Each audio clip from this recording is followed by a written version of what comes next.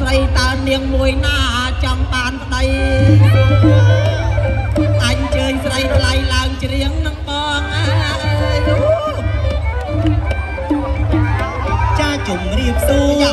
កំឡុងសម្ដីពីប្រុងនាំសៅមកតាអីហាក់ចង់បានធ្វើអីដែរតាក់ទិញហើយកយចាជុំរៀបសួរអ្នកកំឡុងដែលសម្ដីពីប្រុងនាំសៅមកអូនឡើងមកច្រៀងមកឆ្លើយឆ្លើយខ្ញុំគ្មានបំណងចង់បានប្តីមើលរូបមើលរាងឯងខ្ញុំឲ្យច្បាស់ពេកក្រែងបោកមកទៀតសម្ដីតានាងមួយណាចង់បានប្តី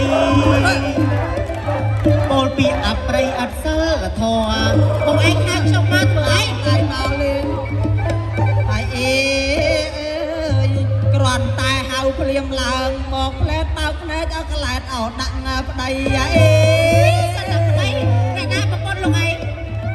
គ្រាន់តែហៅភ្លាមឡើងមកផ្លែតបោកភ្នែកឲ្យកលែតអោដាក់ប្តីហេចង់ឲ្យលោកឯងហៅខ្ញុំធ្វើអីសូមប្រុងឲ្យស្ដីអីឲ្យដឹងការហៅខ្ញុំធ្វើអីហៅអូនឯងមករៀនចំអន់លេងហៅចំអន់លេងជួយលោកឯងថាអើយក៏ប៉ះអូយប្រពន្ធបងអ្នកណាប្រពន្ធលោកឯងអូយស្អាតខ្លាំងណាស់ខ្ញុំមានម៉ែមានឪណាមានម៉ែមានឪទៀតការក្នុងរបបមិនចេះតែប៉ះទេការមានអ្នកថែមានឪមានម៉ែចាប៉ាត់ប្រកាសនេះមិនបានជាលោកឯងហៅខ្ញុំម៉ែមកបាទ